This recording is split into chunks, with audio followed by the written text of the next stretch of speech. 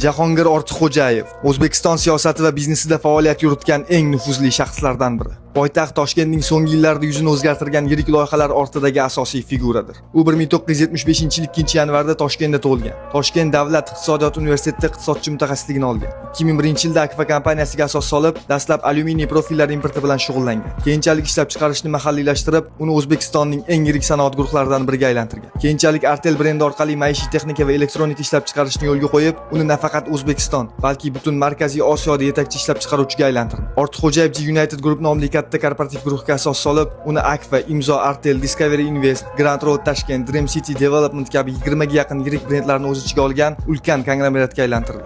2018-yil 21-dekabrda Toshkent shahar hokimi lavozimiga tayinlanib, 2023-yil 16-yanvargacha poytaxtni boshqardi. U hokimligi davrida Toshkent City shaharsozlik loyihasi, yangi ko'priklar, yo'llar, turar joy komplekslari, parklar va infratuzilma qurilishi kabi yirik ishlarga bosh bo'ldi. Ortiqxo'jayevning nomi ko'plab yirik davlat loyihalari bilan bog'liq. Mashhur manbalar bergan ma'lumotga ko'ra, u asos solgan guruh 555 million dollarlik gaz hisoblagichlar loyihasini tendersiz qo'lga kiritgan. Siyosiy portreti bahsli. Uning faoliyati davomida yer ajratish bo'yicha qarorlar sudlarda ko'rib chiqilgan. Jurnalistlar bilan mojaroli uchrashuvlar bo'lgan. 2023-yilda prezident Shavkat Mirziyoyev tomonidan qishga tayyorgarlikdagi kamchiliklar sababli lavozimidan ozod qilindi va senatorlik vakolatlari ham bekor qilindi. Shunga qaramay, u O'zbekistonning eng yirik xususiy kapital egalaridan biri bo'lib qolmoqda. Uning loyihalari va bizneslari mamlakatning iqtisodiy manzarasini shakllantirishda ham muhim o'rin tutadi.